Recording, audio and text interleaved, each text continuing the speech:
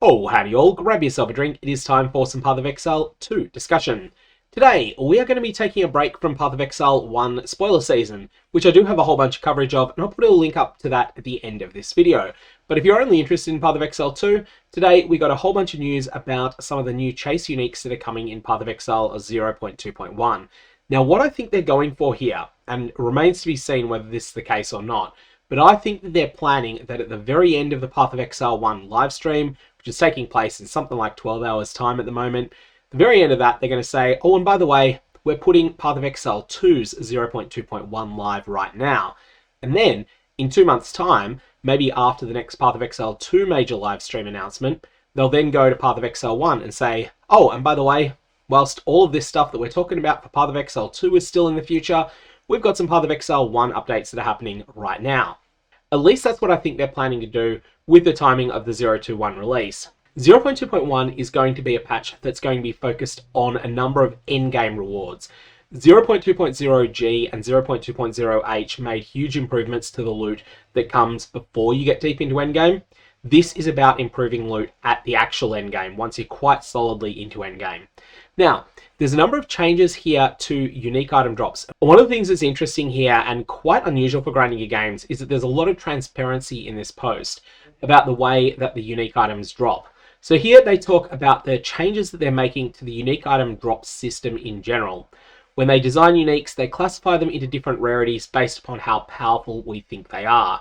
Now, it's worth noting that it's not just power. There are a number of really high-end unique items that are much more common than this would indicate. So they say here that common, uncommon, rare, and mythic correlate to the item's power. I think that's part of it. There is definitely the potential for items that are at mythic rarity to be considerably more powerful than ones at common, but it is the case that some very, very strong uniques, such as Tangletongue the Spear, end up being at the lower end of this rarity spectrum as well. I think there's an intention that things that are mythic can be a bit weirder and can make more demands of your character, but then can also have a larger payoff if you meet those demands. So mythic uniques are things like Headhunter, Mjolner, and Astramentis.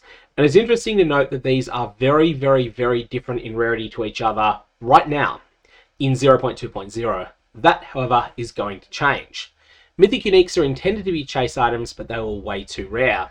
The first problem that they identified is that they balanced the relative number of rare and mythic uniques, more on this text later because it's something that's a little bit unclear exactly what they mean, to be the same as it was in Path of Exile 1. But in Path of Exile 1, you just get a lot more unique items in general. Secondly, in Path of Exile 2, when you roll for uniques, the game first determines the type of item that you get. Now, they use the term item class here, but what they mean there is the inventory slot the item equips to, or if it's not something that goes in a slot, then the type of item. So things like, for instance, this is a currency item, or instead of this is a currency item, this is a waystone. The item class is determined first. So, amulets. Amulets are really rare. What this means is that unique amulets have a double rarity thing working against them. So a mythic amulet ends up being incredibly rare as a result. Astramentis was always intended to be very, very rare, but it was much rarer than expected. And in fact, it turned out that it was 47,000 times rarer than a Divine Orb. And that's because the game firstly determines what category of unique item you're getting. Now in practice, actually Astramentis was not 47,000 times as rare as a Divine Orb, and the reason for that is the existence of Orbs of Chance. Most Astramentises that actually existed in the game, they were generated through either Orbs of Chance or other sources of random amulets, such as gambling with a vendor. So you go to a vendor, you dump a whole bunch of gold on them, buying amulets off them, and a small percentage of them end up being unique, and a small percentage of those unique items end up being mythic rarity. When things are that rare, they effectively don't exist for most players. There are some cool items to find, but you're not going to find them. In fact, the only way that you're going to get these is either by trading for them from someone that has had stupendously good luck, or alternately through alternate means such as using an Orb of Chance to create one. It's not that there are no Astramentises that drop directly, it's just that almost none of the Astramentis that exist come about this way. So they're making a double-barreled set of changes here. Firstly, item class is being removed from the equation, and items like Astramentis will now have the same rarity as a weapon like Mjolner. So this is actually going to be a nerf to the drop rate of Mjolner, I expect, and also to other mythic rarity uniques that are in common item slots. So it is my belief, and I could be wrong here, but it's my belief that the Deepest Tower is mythic rarity. It is also my belief that the unique shield Chernobog's Pillar is mythic rarity. Now, I could be wrong on these, but if I am correct, these items are both going to get rarer as a result of this change, because some of the items that dropped that would have been a Deepest Tower, some of the items that would have dropped that would have been a Chernobog's Pillar, they are instead going to be changed to be Astramentis's. And also, some of them are going to be changed to be some of the new mythics that are being added here. The second change was to nerf the chance of getting a common unique once you get more rarity added to maps. So once your maps end up being a bit more juiced, at that point, common unique items are going to have their drop rate nerfed, and that nerf is going to be translated to more chance to get uncommon, rare, and mythic uniques. On top of this, there's just a massive buff to the amount of mythic uniques that drop. So all in all, items like Astramentis, there's going to be a lot more of them that are going around. They're still probably going to be very rare. It's not Grinding Gear Games' intention that these are something that a casual player can get 16 hours after they get into maps, but these are going to be something that will exist for more people than they do at the moment. I think their goal here might be to mirror the experience in Path of Exile 1 about 4 weeks into a trade league, where all of the top 2% of the player base that want a Mageblood have it. Mageblood being the most sought after of the Mythic Rarity Uniques in Path of Exile 1, where we tend to call them tier 0s. And then if you're not a top 2% player, but you are a top 20% player, then you can probably get any of the other tier 0 uniques that you want there as well. Now, I did want to quickly point out this text that was mentioned earlier. The first problem is that we balanced the relative number of rare and mythic uniques the same as it was in Path of Exile 1. Now, this can be interpreted a couple of different ways. The way that I personally had interpreted this when I first read it is that the same percentage of unique items that drop are mythic in Path of Exile 2 as were mythic in Path of Exile 1. The same percentage of unique items that drop are rare as were in Path of Exile 1. That's the way that I interpreted this when I read it. However, I did speak to someone else who had a different interpretation of this, and he read this, and I actually think he might be more accurate than my first reading was. He read this and thought, oh, okay, what this means is that if in Path of Exile 1, Arakali's Fang is probably a rare unique and Headhunter a mythic unique, so Headhunter might be 8 times as rare as Arakali's Fang in Path of Exile 1, and I'll just be clear, we don't know that number 8 is right, it's just an estimate, but if that's the case, then we're going to carry over that 8-to-1 ratio into Path of Exile 2. Now, that might have been the intention as well.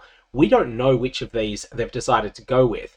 There's a number of different interpretations of the exact text that Grinding Gear Games have used here, and they could end up meaning different things when it comes to exactly how this rarity goes. For example, it's commonly estimated, I'm not sure how exactly correct this is, but it's commonly estimated that for every 1,000,000 unique items that drop in Path of Exile 1, 25 of them are Mageblood.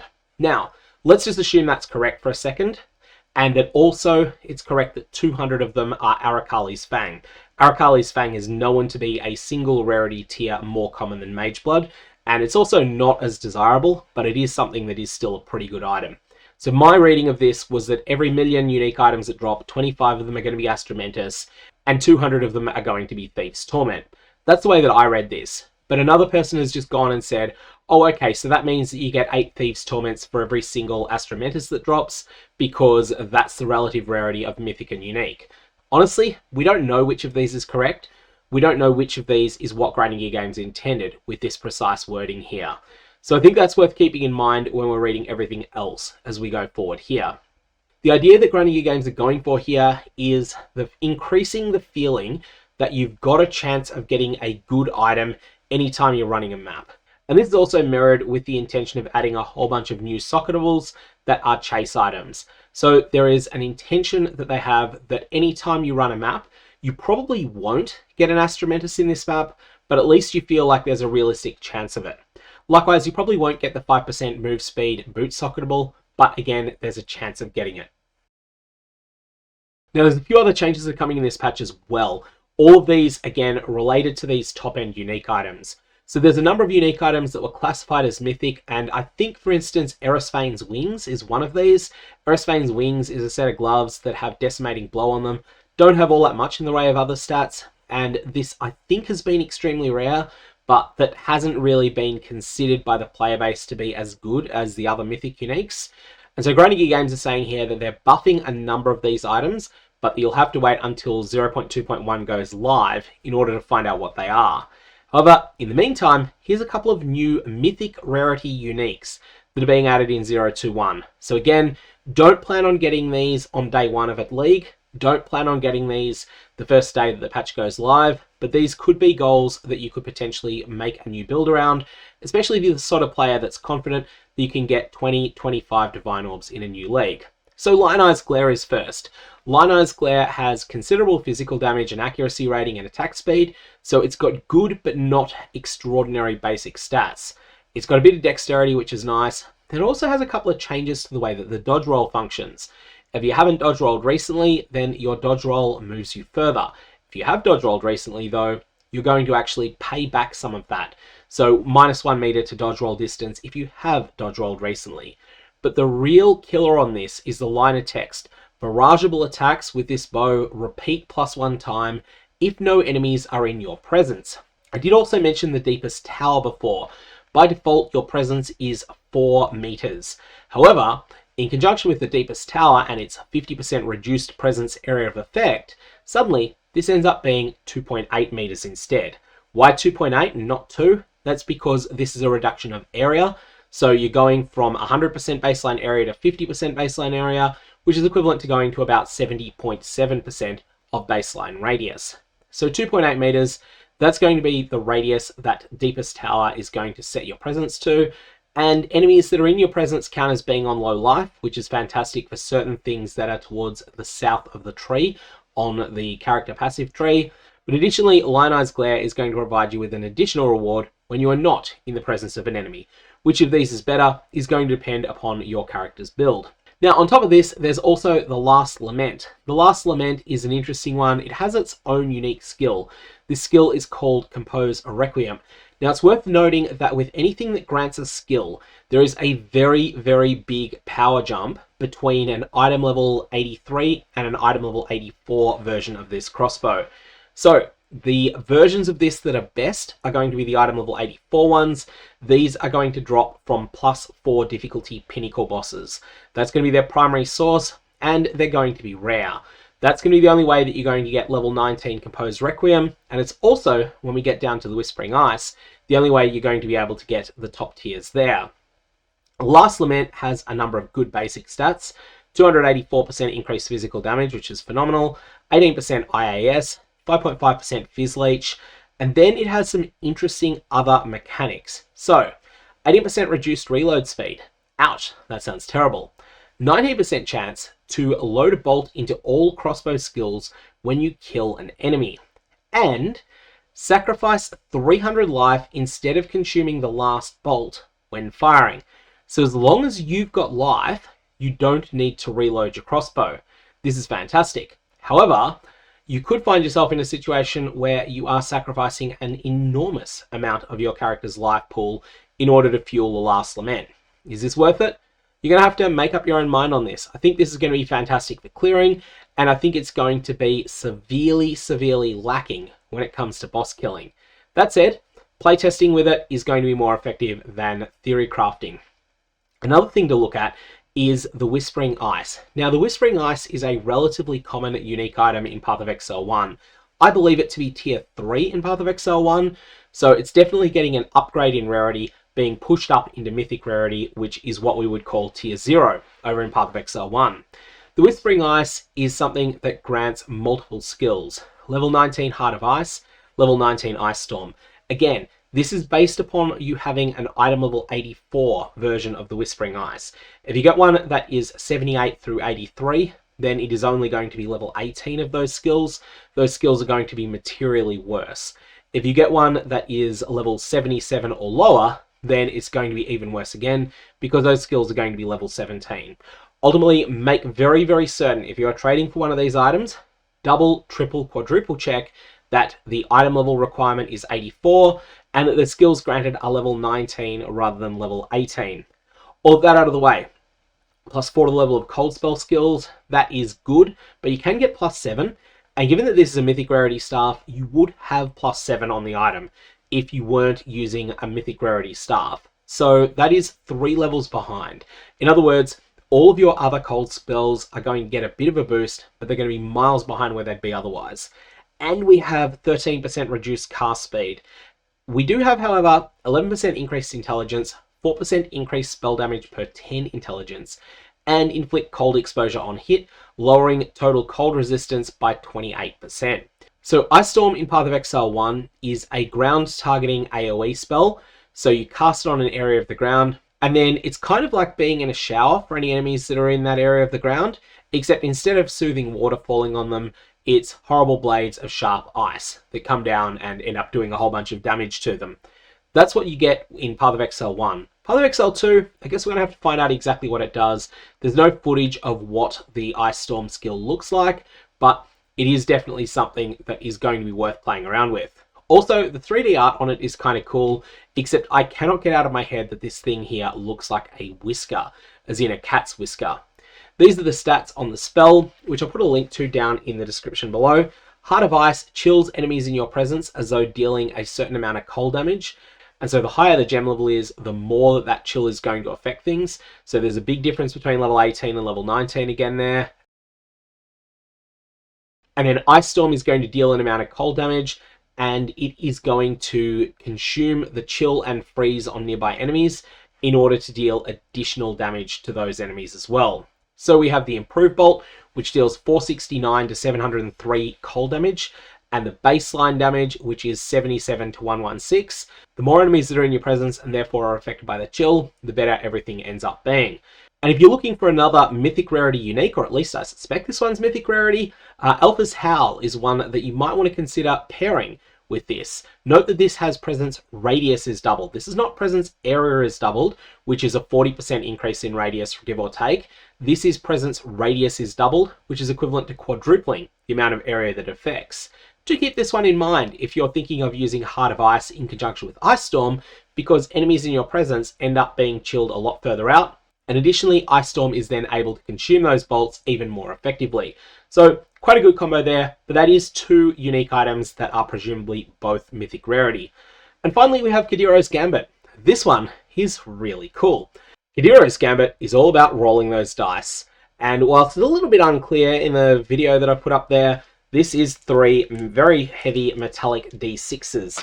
Anyways, Cadiro's Gambit rolls a d6 every time that you fire off an arrow, and it picks one of 6 outcomes. All of these are beneficial, some are more beneficial than others. Crescendo arrows are fantastic if you are firing into a crowd. The arrows chain 6 additional times, and they deal 60% increased damage for each time they have chained. Splinter arrows split towards 6 targets. Reversing arrows pierce all targets, and then they return to you. Diamond arrows always critically strike and get 60% increased critical damage bonus. Covetous arrows are interesting. We'll come back to these in a sec. Blunt arrows, this is where you roll a 1 on your die. Blunt arrows are kind of mediocre. 600% increased stun build-up. It's not nothing, but it's less powerful than the other effects. And then the Covetous arrows, these things are crazy. Enemies killed with Covetous arrows drop items with a 600% increased rarity. Now, how do you optimize these Covetous arrows? I think the answer here is that you want to be firing at the monster that has the lowest current hit points of anything that you can see on the screen at the moment. Now, you're going to have to make a judgment call if there's normal monsters, magic monsters, rare monsters, some are injured, some are not. You have to make a judgment call, but the idea here is that you can optimize your Covetous arrows that way, and then also your Splinter arrows help bring other monsters down to the point that they are good targets for fishing for a Covetous arrow. It's definitely not going to go off all that often, because your Diamond arrows are definitely going to deal way more damage than anything else. Your Reversing arrows are going to deal more damage than anything else. And as a result, you're going to find that your Covetous arrows aren't actually 1 in 6 that they get a killing blow. It's going to be considerably less than that. But they are still going to fire off maybe 1 time in 8 or 1 time in 9 or something along those lines that you kill a monster. And then that's going to end up being a fantastic little bonus there. The other thing that you can do to maximize the Covetous arrows is also going to be to invest in other sources of damage projection. So for instance, other sources of chain, other sources of splitting, forking arrows, all sorts of things like that, so that then it's more likely that the Covetous arrow delivers a killing blow. All that said, there's a whole bunch of really interesting unique items coming here. Do keep in mind, All of these are going to be chase. It is grinding your games' intention. There are some uniques that are easy to get, and there are some uniques that are not, and everything in this video is going to be in that harder to get category. However, if you're looking for a unique item that is going to become a lot easier to get as a result of these changes, and might actually only be in the common or uncommon categories, consider Fireflower. Fireflower is a unique solar amulet. It's really, really good, both to use if it's got 4 to level of fire skills, it's actually quite good already, but it's something that can be even better if you catalyze it for fire numbers and then apply a Varlob and potentially Krangle Divine it into a +6 to the level of all fire skills amulet.